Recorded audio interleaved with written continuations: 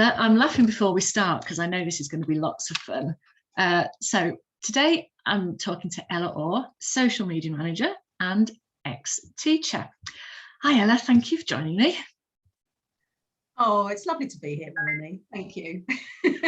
Great. So, how long is it since you left teaching? I can't remember. It's about, I'd say it's probably 4 years properly now. Yeah, do you know, increasingly as I'm talking to people, I find out there's not very often an absolutely clear cut teaching one day, not the next. It is often a bit of a, and eventually I left, or there was this and that, and then, So, okay, let's talk a little bit about your teaching career first, before we move on to what we're here for. How long did you teach for, and how was your career? Was it in just one establishment, several, same type of establishment, or what? Brief overview, please. So, I started in the late 80s, which was, so in total it was 30 years that I taught for. I sort of left round about, say, 2018.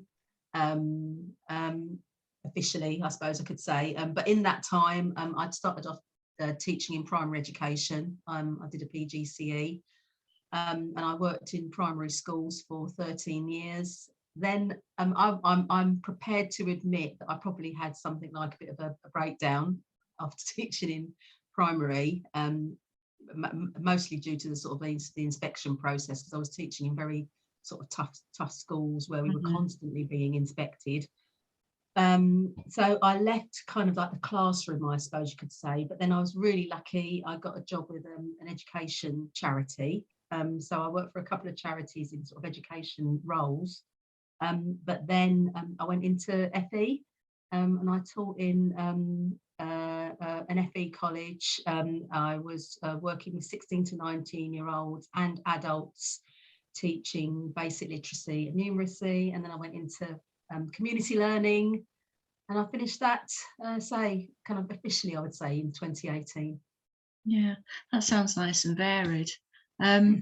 So what was it that in the end drove you to think there's more to life than this after nearly 30 years?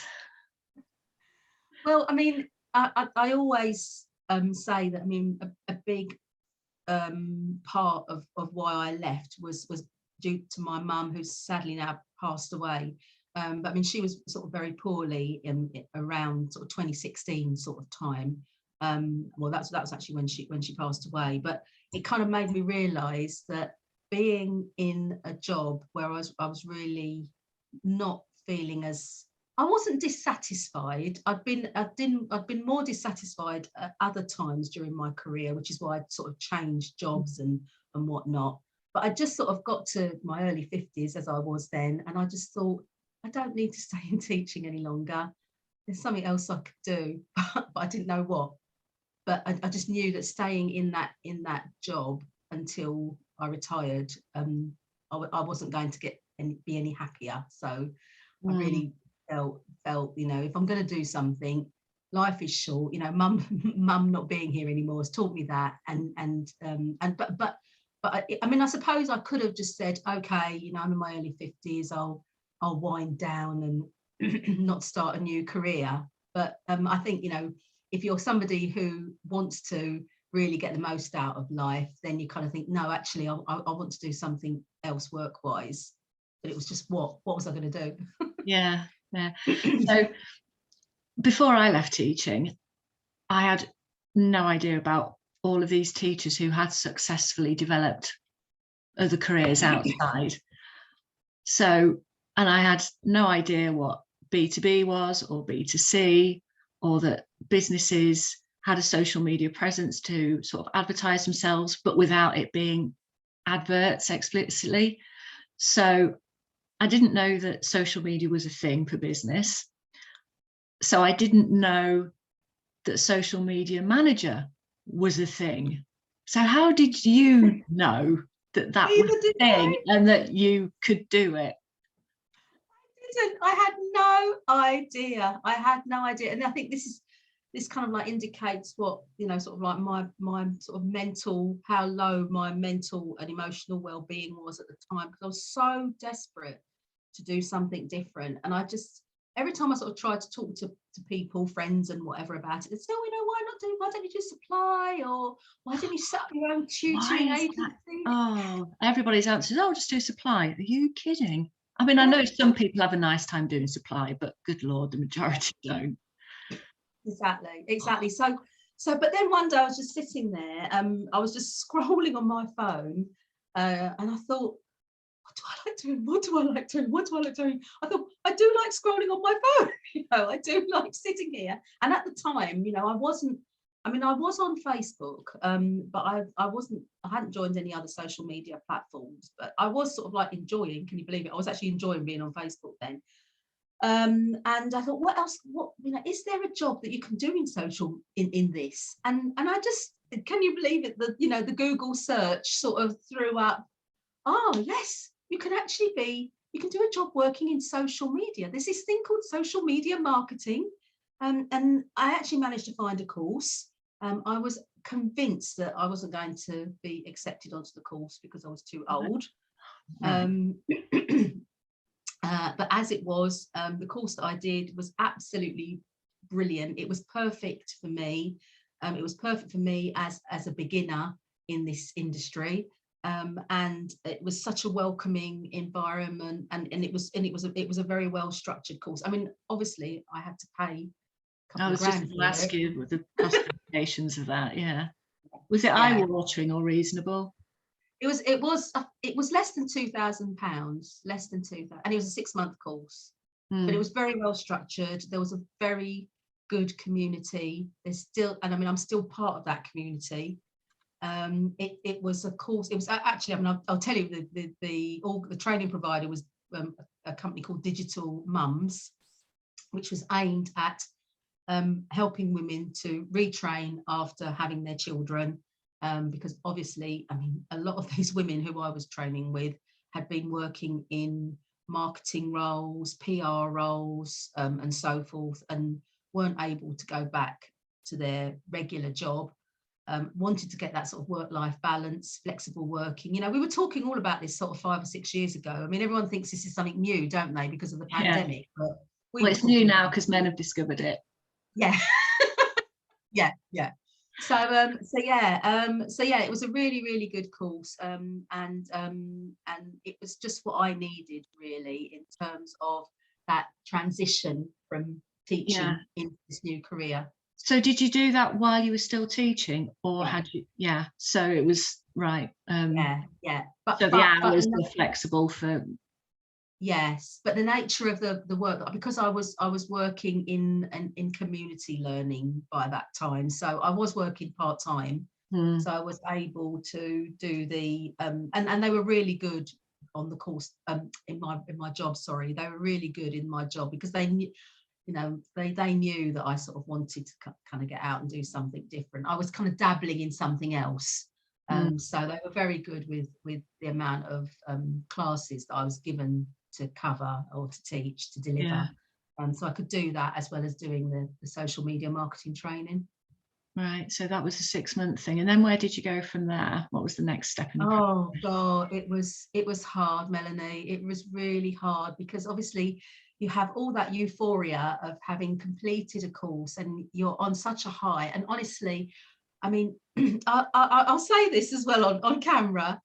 I discovered I was a feminist, but it was only after doing that course, because, you know, there were so many women that were doing this course, and we were talking about our campaigns that we were doing in terms of social media, because we all had to do a sort of final, we all had to build a social media presence through a particular campaign, and mine was around fitness for women in midlife.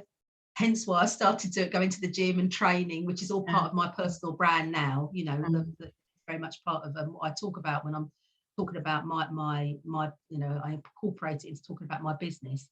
But yeah, as I say, I mean, I was with these sort of like really, you know, forthright, assertive, strong-minded women, and And I just thought, this is brilliant. This is brilliant. You know, what have I been doing all these years that I haven't actually been involved in these conversations? So that was great. I did the course. I was really pleased I got through it. I was really happy with my campaign and everything.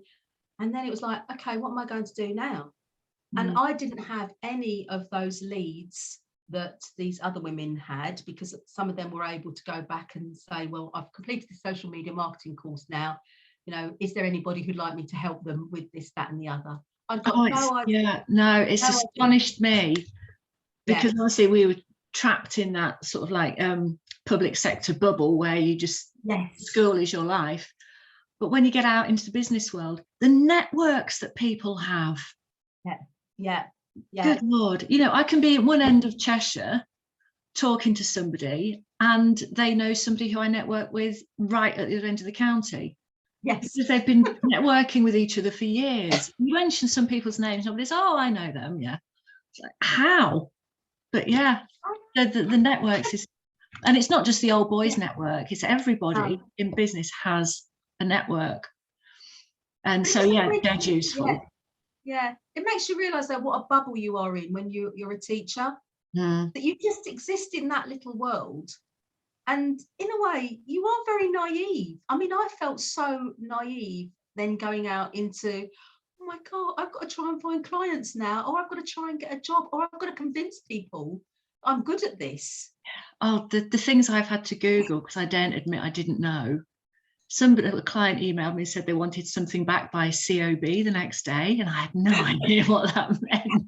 I couldn't ask them, so I Googled it. Close for business, for those of you who don't know. But a number of things.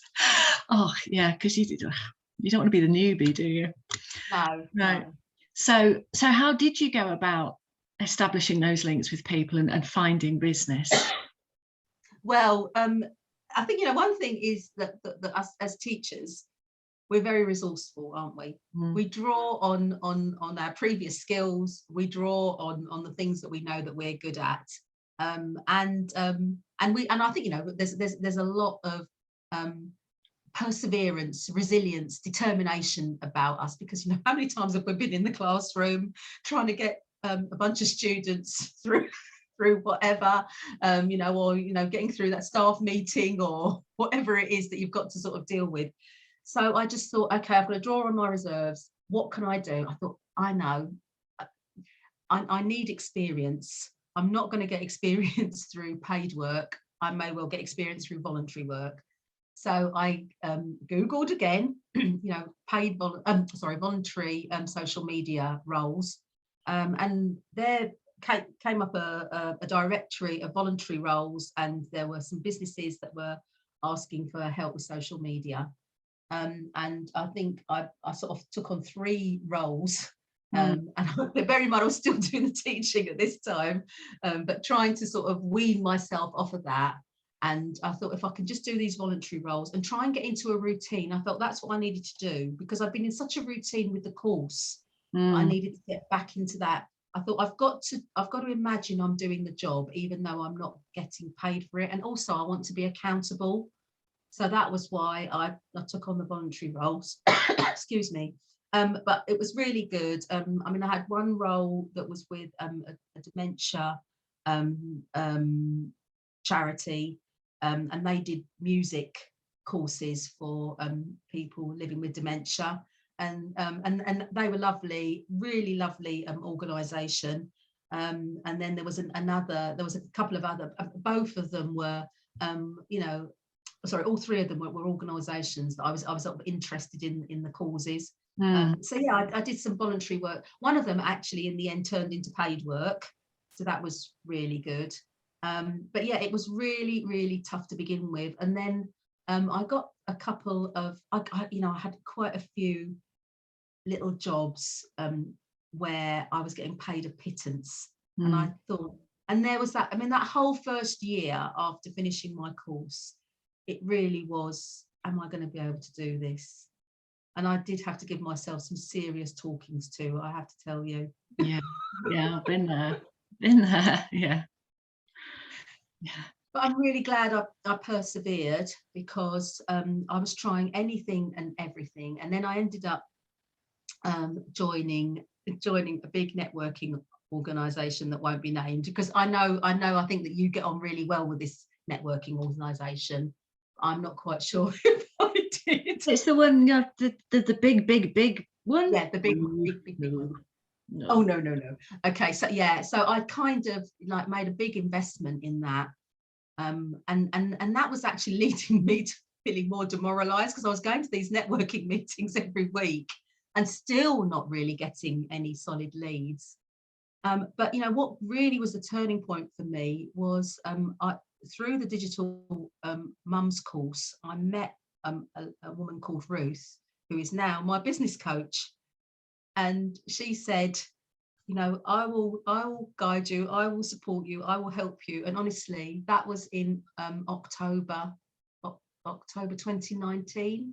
Yeah, around about that time, September, October 2019. So and it was really sort of being under the guidance of Ruth, and then joining LinkedIn, and some of those LinkedIn friends who we've got that are mutual friends, who really sort of kind of helped me to realize that yes, I needed to kind of stick with this. I had to buy into the long game, be patient.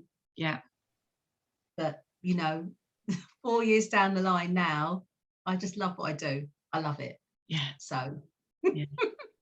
So it's interesting that you mentioned a business coach, because again, that's another thing that before being in business, I had no idea that business coaches were a thing.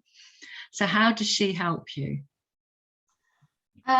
Really by breaking the whole process down of what is required in terms of running a business. And a huge part of what Ruth did and continues to do for me, because I'm still part of her coaching membership, is about mindset work.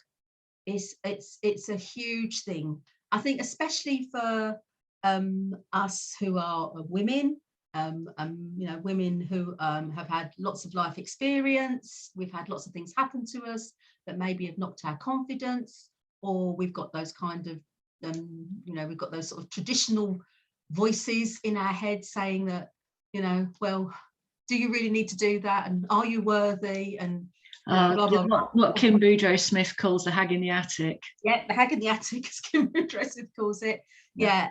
So a huge part of that has been about mindset. It's been about for me valuing my worth, so charging what I feel is my worth, and my worth isn't 4 years of training as a social media marketing manager or marketer or whatever. It's 34 years of being a professional person. That's what people are paying for. Yeah. And I'm very confident with saying that to people now. But being clear about my offers as well, what it is I'm offering, my niche, what it is that gets me out of bed in the morning and lights me up. And that is why, having sort of ideal clients, which is another one of Ruth's big focuses for us, or for the women that she coaches, knowing who your ideal clients are and going for those ideal clients, and being able to not be have your mind clouded by other people coming and saying, oh, it'd be really good if you could work for me, blah blah blah blah blah, and then you start going down this conversation route with them, and then you actually realize they're not going to pay you, because they've got to know you, and they've got to sort of like got familiar with you. They kind of think then that they don't really actually need to pay you what your worth is, or they start messing you about and whatever, and those aren't ideal clients. No, not for anybody. No. So it's interesting you said about they're not paying you for the 4 years, they're paying you for the 34 years. So Can you see skills that you acquired in the classroom being directly applicable to what you're doing now? Definitely. I mean, part of the reason why I kind of thought I could do this social media marketing thing is that, we're great communicators. Teachers are excellent communicators. And that is what marketing is about. It's about being very clear with your messaging, very clear with your objectives, being very clear about how you're going to get to that goal and whatever else. And I always, from quite an early stage, I think I did a post about this on Instagram, I said, you know, marketing, being a marketer is a bit like being a teacher. It's the same. If you are a teacher and you're teaching, but your class isn't listening, they're not paying attention, they're bored, they're switched off, they're not engaged in what you are teaching them about, you're going to lose them. And that's exactly the same with marketing. If you're putting content out there, or you're constantly being salesy, you're constantly being spammy, you're not giving value, you're not answering people's pain points, as we say in marketing, then your audience is going to go elsewhere. They're going to scroll on by, which is, you know, a very familiar thing on social media. Yeah. Wow. So what would you say were the barriers that you've encountered in this transition from teacher to entrepreneur? I know this is going to sound bizarre, Melanie, but I think the barriers are what's in here. They really are what's in your head. Sorry for people who aren't looking at the screen. They're what's in your head. Yeah. It is kind of, without sort of sounding too woo-woo, it is kind of like that enlightenment moment when you kind of realise that actually I can do this, and I can say to people, no, that isn't what I do. This is what I do, and this is what I charge for it.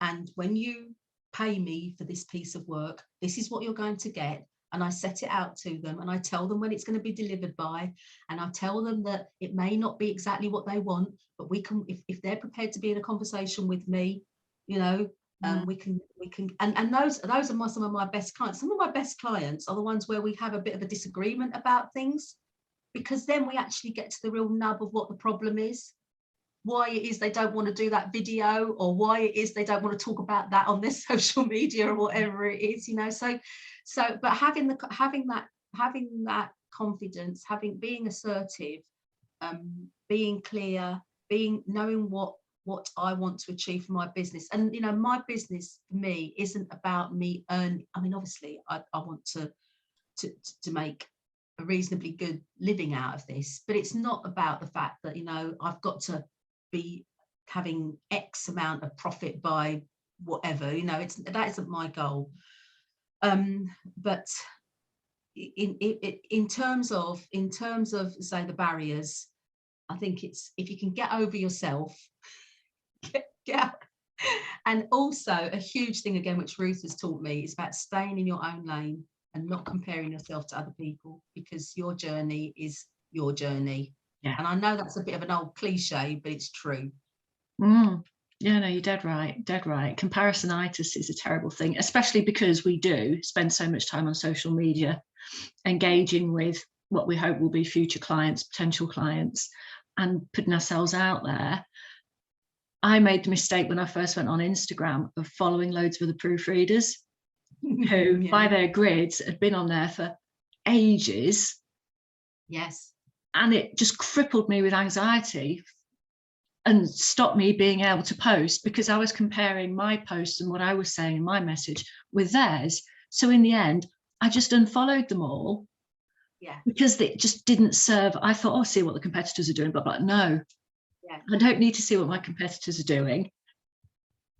My potential clients need to see what I'm doing, because what I'm doing is just as valid. And yeah, so I stopped following any of them, and now I follow the people who I want to work with, not the people who I see as my competitors, because they're what matter. So yeah, don't compare yourself. Don't. Yeah.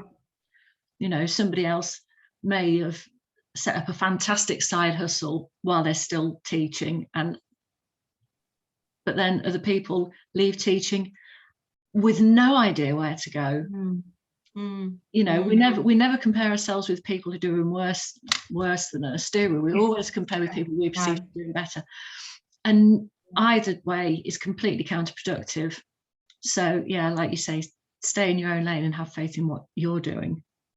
you know. Yeah, definitely. You have to have a certain amount of mental strength to be Yes. able to look at people who are crushing it and not feel intimidated. So there's no point looking Yeah. at them, is there? No, not at all. And you know, part of the reason why I decided to focus more of my attention on LinkedIn, which is, you know, a question I often get asked, was because there were so many social media marketers, so many sort of specialists in social media on Instagram, because it is such a diverse, kind of fun, attractive platform to be on. And I'm not talking about attractive as in all the beautiful people. Mm. I'm just talking about the fact that, you know, you can create content in there in such a creative way. Mm. But I just thought, perhaps if I go somewhere else, so I thought if I pop onto LinkedIn, there's more chance of me being seen. And, you know, thankfully my instinct was right. Mm.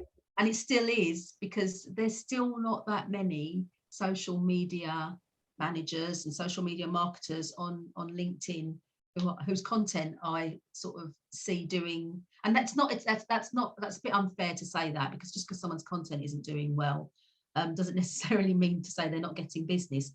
But it feels like they're not as present, or as they're even as confident on LinkedIn as they are when you see them on Instagram, and they're making reels and they're doing lives and they're doing this and they're doing that, you know. But yet they come onto LinkedIn and they're so timid and unassuming.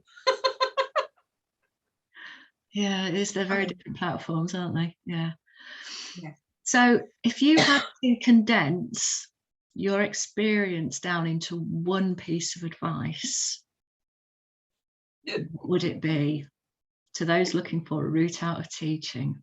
What would your nugget be? I would say, well, I know what I'm going to say actually, because, you know, you introduced me as a social media manager, a social media marketer, Melanie. But you know, my real passion is personal branding. And this is how I've managed to get to where I am now with running my business, is focusing on your superpowers. And we have lots of them as teachers. You know, I think there's probably quite a lot of people really who are envious of the amount of skills that we have. So focus on your superpowers. And even as teachers, we are individuals. So there'll be some of us who are analytical teachers. Some will be very good at reading and language. Others will be good at, you know, speaking, creativity, whatever it is. And others will be good at, you know, some teachers are particularly very good at the kind of relationship building with the learners. So look at what your superpowers are from with your own teaching experience, and think about how you can use those as the foundation for whatever you want to do in a new career.